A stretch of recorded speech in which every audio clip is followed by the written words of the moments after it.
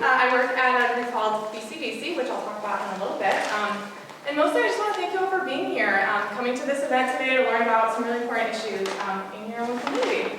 So the screen's a little bit small, but hopefully you'll be able to see things, and we'll have these all available after as well. So to start with, who is Bcdc, who am I, why are we here? Bcdc is the nation's oldest coastal zone management agency. So we were actually started, the kind of history of us is really fascinating. You can see these maps over here. The bay itself, the San Francisco Bay, is actually relatively shallow. It's about something like 12 feet on average.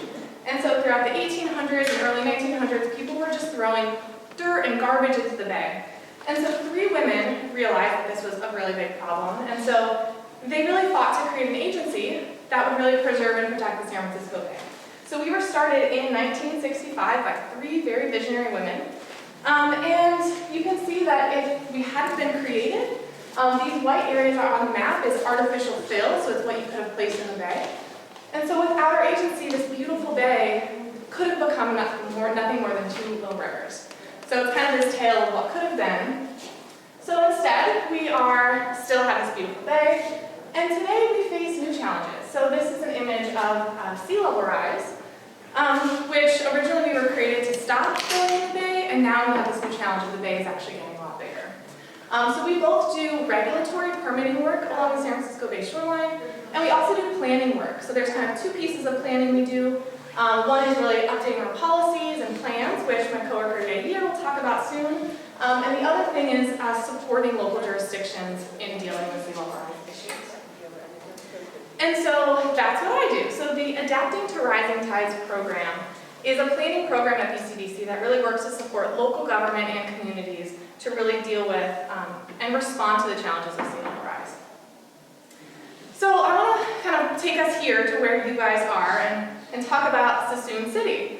You guys are surrounded by the largest marsh system in our region. And you all know better than I that the bay and the marsh itself is a very constantly changing place. It's never the same on a given day. Water moves in and out, species move back and forth. It's a very kind of dynamic system. And flooding issues are not new. Flooding isn't something that is a new thing that's happening, but it is starting to get worse as sea levels are rising. And so I would love to take a moment here and actually ask anyone here if you guys have ever experienced flooding. It could be on a commute, when you're driving somewhere, it could be locally. Does anyone have a story of flooding? Yeah, go ahead. So I actually grew up in Nebraska, Okay. and so about, I think it was 2018, we had like a week straight of just the worst rain, and it flooded our area, and also like the majority of Nebraska and then the western Iowa area was flooded for about 8 months. And if I went out and I did like a lot of flood repair stuff, and I like went into houses and they were just totally destroyed, like would like have to be completely rebuilt. One of them we like literally knocked down some of the walls to get stuff. Yeah. But it was pretty bad. Wow. Yeah. Does anyone else have anything they want to share? I mean, locally or otherwise? Yeah, go ahead. Did you ask about flooding? Yeah, just has anyone experienced flooding in some Well, way? actually, about 20 years ago, there was a huge Napa flood. I'm far enough away from this. I'm fully vaccinated. It was about 20 years ago, because there wasn't the river that comes through downtown Napa. I mean, it's been fixed by the Corps of Engineers. Yeah. It's all floodplains now. Kind of a micro version of what happened in New Orleans. You know, we didn't honor the floodplain for the river. So the whole downtown, some houses were flooded up over the ceiling. Yeah. You know, so like I was a student in community college, and we just, okay, no class today, we're gonna go and help clean out some like elders. And there was this one like woman, and she was in a hospital, she was in her 90s, and she had these antiques, you know, I remember her chest of drawers, you know, it was just everything was soaked in water and just a thin mud on everything. And you couldn't get the drawers open. There was all these antiques in there. This other woman, you know, she was real cheerful because there was people helping her, but, and this other guy in his 90s, he was like one of those Russian Orthodox monks, you know, and he says, well, my load was lightened again, but everything covered, everything you can imagine, you know, just a whole room full of mud, and then the water seeps up and everything left all the mud there. It's just, oh, just unimaginable. Yeah, so that's, that's really, so flooding isn't new, we had it 20 years ago, we have floods now, but the point here is that flooding is expected to get even worse. So what is, oh, go ahead, yes, I'm sorry. Just when I was a kid in the 60s, we were visiting family in southern Louisiana, and I got caught in a hurricane. Wow, Coming from California and seeing the strength of water and wind was just incredibly frightening. But most of my family and most of the people in southern Louisiana, their homes are up off the ground anyway. Yeah. Because you can crawl under the house because of the rain. They get that a lot, Yeah. And we can talk about some of those things too. So flooding happens, yes, go I ahead. know you're mostly going to focus on Suisun, but I'm guessing some people have come from out of town, so Sure. do you think that you could throw in other towns like a fair city of Vallejo, the best city in the country to live? Yeah. Throw in other cities Okay, if you think of it. Thank you. Sure, and I have some, I'm going to talk specifically about Suisun, but we can talk, a lot of these issues relate all over, it's just kind of what kinds of impacts. Thank you. But this is still definitely, so where does flooding come from? It can come from a lot of sources. So there's kind of 3 key ways that we think about flooding when we talk about it. And the first is tides. So there's 2 tides every day, and one's a little bit higher than the other. And so a couple times a year we get king tides, right? These really, really high extreme tides. And so that can cause flooding, and some of the flooding that we see today is coming from those king tides. Something else that can happen are storms. There can be a really big storm, and what a storm does is it actually lifts up water and puts it over, and that water will recede. And the third source of flooding is sea level rise. So this is where the actual water is rising. And so we can think about these causing flooding individually, and we can also think about how all 3 of these things can come together and create really significant flooding at a single time. And so what is sea level rise? So sea level rise refers to the worldwide average increase of ocean water levels. So you can kind of see here, I was talking about there's a high tide, and sea level rise is really kind of adding on top of that. And so what's causing sea level rise? Well, as the planet warms from carbon dioxide emissions, which is often from the way we use energy, that could be driving our cars, burning gas in our stoves, the planet is getting warmer, and the oceans are getting warmer. And so warming oceans, when water gets warmer, it expands. So actually a lot of the sea level rise that's happening today is because of expanding oceans. And also glaciers are melting. So there's kind of these 2 key drivers that are causing the ocean's water levels. And ice caps. Yeah, part of the glacial melting. And so this is a picture from Highway 37. This is a place in the region that we actually see flooding quite often. And one of the things we think about is that temporary flooding like this shows us what permanent flooding could look like. This is kind of a glimpse into, at this point, the water will recede. At a certain point in time, the water will no longer keep receding. It's going to keep coming inland. So what does this mean for Suisun City and Fairfield and even all the surrounding regions? So I have a map here. We have a resource. It's called the Shoreline Flood Explorer. So you can actually go to this website and explore all around the region and look at these. So I'm just going to point to this for now. So this is where we are on that little dot there. And so this is 1 foot of flooding in Suisun. And so I mentioned these different kind of ways we can have flooding. So this is actually what a king tide might look like. The water will actually come all the way up to here. You can see how it kind of fills in some of these spaces. So if we look at kind of the water going up one more, I'm sorry, actually I forgot to mention one thing. So the blue, as you might imagine, is flooding. These red lines are what we call overtopping. So I know this picture is a little bit small, but basically what's happening at these red parts of the shoreline is the water is coming all the way up to the shoreline and it's coming over. So it can actually show us where water is coming from, what parts of the shoreline might be lower, what parts are a little bit higher. So it's helpful to get us a sense of what part of the shoreline is this coming from. I have a question. Yes, How far to the west would the baby, is it about, Oh yeah, maybe I started a bigger picture. I mean roughly? So this is where Suisun is. So I guess if you imagine this is like more of a map. So the whole Bay Area would be over here. Is that helpful? And the bay water, The Bay water. I mean, it's off to the west? it's south of here as well, because the marsh is getting that water from the bay. So kind of everything down here is probably where the bay would sit relative to that, if that's helpful. So here we have 2 feet of flooding, and this is where we actually start to see some impacts on the city itself. And so I've pointed out 2 kind of points of interest. This first one is a police station that you guys have right downtown, and the second one in that little yellow star, that's Crystal Middle School. I need a pointer. Yeah, I do. This is a little far away. Can you go back to the first one for a Yeah. second, so we can acclimate where we are? Yeah, Sure. comparison. Back to the first, Okay. I just wanted to, where's Main Street? Can you tell us where Main Street with is? that yellow arrow, This is where we are right now. the yellow arrow, The yellow, yes, this first yellow arrow. There, that's a little bit easier. Really? So that's the slough, that's the slough in the basin? I believe so.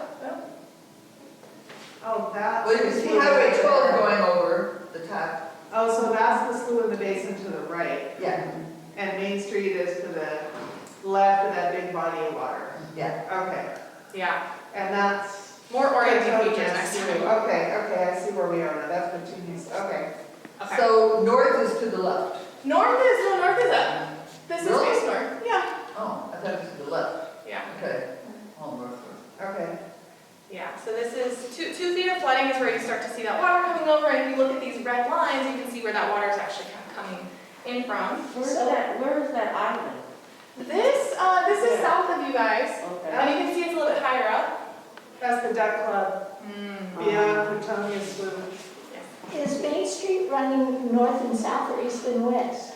I mean, this, You wanna look here in those? North I and think it south. goes north to south. Okay. Okay, so probably. It's It's the yellow No. there and goes down through the dark blues. Okay. If you go. It goes parallel to that dark blue Yeah, strip, sort then of. that's the way it the, runs. wait, Because 12 goes east and west. Yeah, so I think this is 12, I believe. Uh-huh. Yeah, this line's in here. You need a printer. We should give you a yardstick or something. Yeah. So this case of 1 to 2 feet, and these are some, just the point being that there's impacts that we start to see at this 2 feet of flooding. And this case of permanent flooding could be something that we see by the end of the century. So 1 to 2 feet by 2050. Like earlier. Or possibly earlier. That's kind of a most likely case, but could be earlier for a lot of this. So then 3 feet, you just add 1 more foot onto that, and we see how impacts increase even further. And so we recently did a report about some impacts across the region and in local places. And so at 3 feet, for example, in Suisun, we could see impacts to 750 housing units, 820 jobs, spaces that currently have employment, and impacts to 450 rail passengers who use the Suisun City Fairfield Amtrak station. Yes. I had a question. Sure.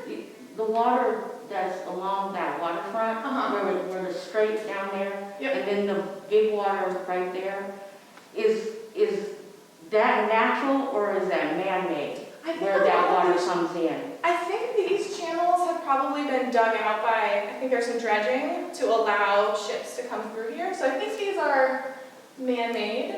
But in marsh systems, there would be natural deep channels. So I don't know the specifics here, but I know, Chris, you know a little bit. would it have to be man-made because it just stops them? I think so, yeah. I mean, I think this definitely maintains, could have been natural feature in some point, but. oh, that slough's always been there. Yeah, okay. So Yeah. maybe it's just maintained. It has been dredged, yeah. Yeah, to be, so it's a natural feature that's been used. So you can start to see impacts. So what's really interesting as well is that, remember I was telling you flooding can come from a lot of different sources. And so this level of water could actually occur today with a really, really big storm. In that case, the water would recede, but as you can see, we can think about impacts happening either temporary flooding or permanent flooding, and we can still think about how we might try to solve those issues. So I'm going to go to this. So this is an animated one, and I'm going to let you guys kind of sit with this for a little bit. So this shows water levels going from where we are now all the way up to 10 feet. And so 10 feet is very high. It's a very kind of worst case scenario. Could happen if, again, there's a low chance, but this is kind of where impacts are. And again, I've kind of tried to point to where we are. This is maybe a better orienting map for kind of where we sit in the region. You can see various things. One thing that's interesting too is that flooding at very high water levels would go into Fairfield. And so we can think about our neighbors and how we might actually take actions that can support both Suisun residents as well as your neighbors in Fairfield. Let's wipe out Suisun. And then, there's various impacts that we could see to community centers or services, like schools and churches, to populations, to infrastructure, as well as to the wetlands here. Okay, now the exciting stuff. What can we do? What can we do to address these issues? So the first thing I want to point out is that these maps show us what flooding could look like in the absence of adaptation. So if we don't do anything, this is kind of where the water will move to. But that means that we have choices. There's choices that your communities and local government can take to help you prepare and respond to these impacts. And choosing how you respond to them really has to come from people who live here. People who live in this community has to really make these decisions, have conversations with each other. And so I want to give you a couple ideas of what adaptation means and looks like. So really, to adapt is to change. It's to change your behavior, what you do, maybe it's building something. And at an individual level, what does that look like? And so the first thing, the strongest thing, is take part in these conversations. You guys are already here today, which is amazing. And Sustainable Solano and the city of Suisun are starting to have these conversations about sea level rise here and what we can do. So be part of those. I think that's the biggest thing you can do. Talking to your family and friends. I know it's one of those things that sounds, how helpful is that? But it really means a lot. People trust each other. People listen to their loved ones. So if you are learning something new today, share it with the family so that you guys are aware of these issues. If you really feel like you want to do something else, I would encourage you to think green. Think about how we can use nature to kind of soak in water if there's a big storm. We've kind of paved over our city so much, and so water has nowhere to go when it cools. So, thinking green is always a good strategy. And then broadly, just kind of reflecting on your role of climate change. A lot of adaptation is trying to prepare for impacts that are already going to happen, but these worst case scenarios don't have to happen if we all really take our part in reducing emissions, switching to renewable energy. So thinking about the root of the problem, I think, is also really part of the solution. So what can cities and neighboring jurisdictions do? So there's kind of these four, what we call strategic approaches when we think about maybe broader shoreline adaptation. And so the first thing you could think about is protecting shorelines. And so this is an example of building something like a seawall or a levee, some kind of engineered structure that kind of pulls the water back. That's one thing you could do. Another way. Louisiana and they broke. Yes. Something else you can do to protect yourselves is actually also using nature. Marshes, for example, and other kind of coastal systems can absorb water. They can reduce the impacts of waves. They need to be able to kind of keep pace with sea level rise. But we can think about nature and the marsh around us as helping to protect us. Some other things we can do is accommodate the water. So there's things you can do such as elevating homes or houses and businesses and other things. Floodproofing. I have a question about development. Are there fights going on between you and the development community for the marshland? I always think that the development only wants to get bigger and more. Yeah, and build over your marshland. Yeah, I wouldn't say definitely, not personally. So we're an agency that does permit development. Our name is the Bay Conservation and Development Commission. So we try to think about balancing the development needs with conservation needs. I think more locally, those conversations are probably happening. We kind of, we sit at this higher scale. All of those conversations happen locally, and then we want to make sure that they align with our policies. But isn't that the main intruder on the environment, is major development? And I don't understand how you care about the marsh but don't want to get involved in the major polluter and...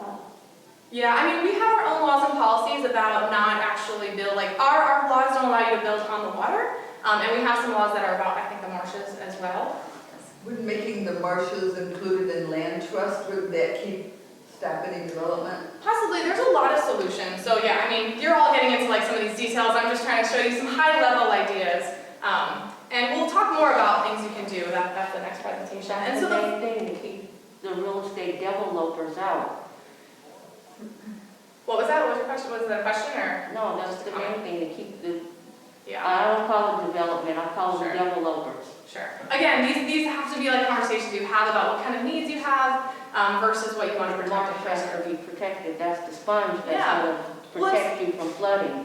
And one of the strategies you can think about, and the one thing to think about is that these aren't, you can do one strategy for a certain amount of time and then kind of switch to another one. They can be hybrids. Another thing that you could do to protect yourself from flooding is avoiding development in some cases. So choosing not to do that or moving things out of hazard way.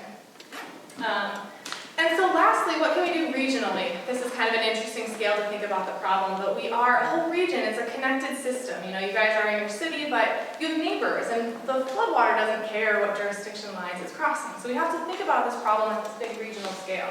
And so BCDC has been involved with hundreds of other people, really, to think about what can we do to encourage coordination and collaboration so that we have equitable solutions across the bay and that we're really protecting vulnerable populations, infrastructure that's important to the region.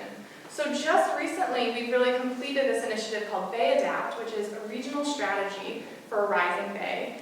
And it's this consensus-driven strategy. So we got a lot of people from the development community, from community-based organizations, from the environmental group. We got them together to agree on some big key goals and principles that we should take together.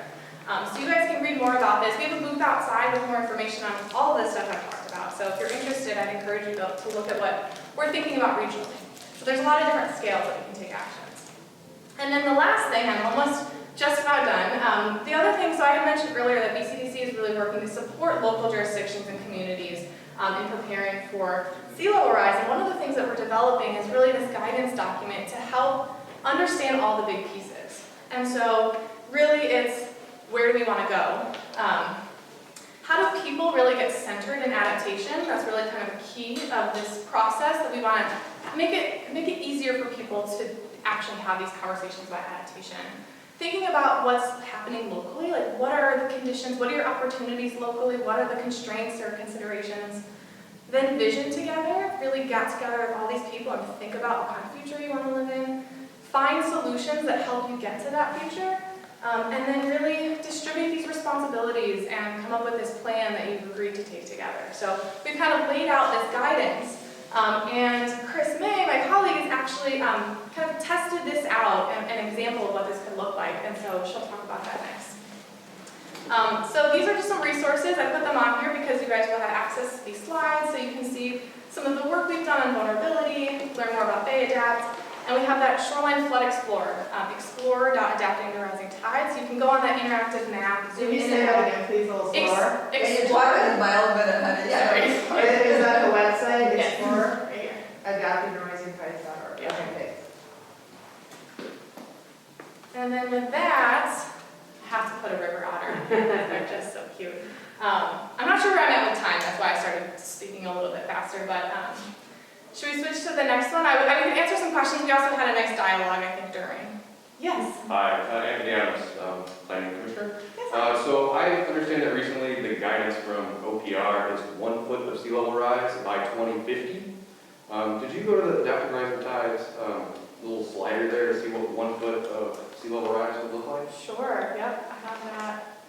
So it's sometimes hard for people to understand what that might look like by a certain time, but that's the new state guidance, is 1 foot in the next 30 years by 2050. What is ODR? The Office of Planning Research, so that's the guidance at which all state agencies have to build new things, so Caltrans, any sort of building that may happen. That's the guidance that we're using for insurance as well. So yeah, it could be more, it could be less, but that's their median estimate right now. Well, I'm seeing on the news it's happening faster than all the scientists anticipated. It's the worst case scenario of every single. Yes, but the Antarctic melting much faster than anticipated. Yes. Go ahead. So I think the reason that this map is so confusing is because it's showing that with 1 foot, that field that's opposite Rayleigh's, for those of you, yeah, that field, and then all the water around there, that's like, is that Grizzly Island? That's Grizzly Island Road where the red is, right? Yes. Yeah. So all of that. The underwater. But I think that I'm just confused by the map because there's no water there right now. Yeah, you know, in another version, I'll start with no water. Yeah. I think that's a good lesson, and then we can go up. Yeah, because I think that area is, they're breaching the levees, and then I think that is going to have water in it once they breach the levees, so maybe that's Yeah, what's reflected in this map. yeah, that's very true. I do think there's some work happening there. So this is kind of a static period of time of what could happen, and obviously that can change. And this is Explorer. Yes, explorer.adaptingtorisingtides.org. Okay.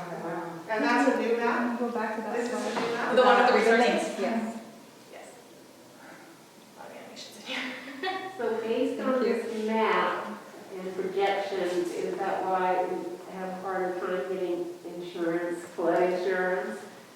I do believe you guys are in the FEMA flood zone, so that would impact, yeah, and I think they're in the process of updating a lot of their maps to just an updated of, where the flood zones are. So that would impact insurance and rates, and I think that whole program is getting updated, so I think it's going to be changing.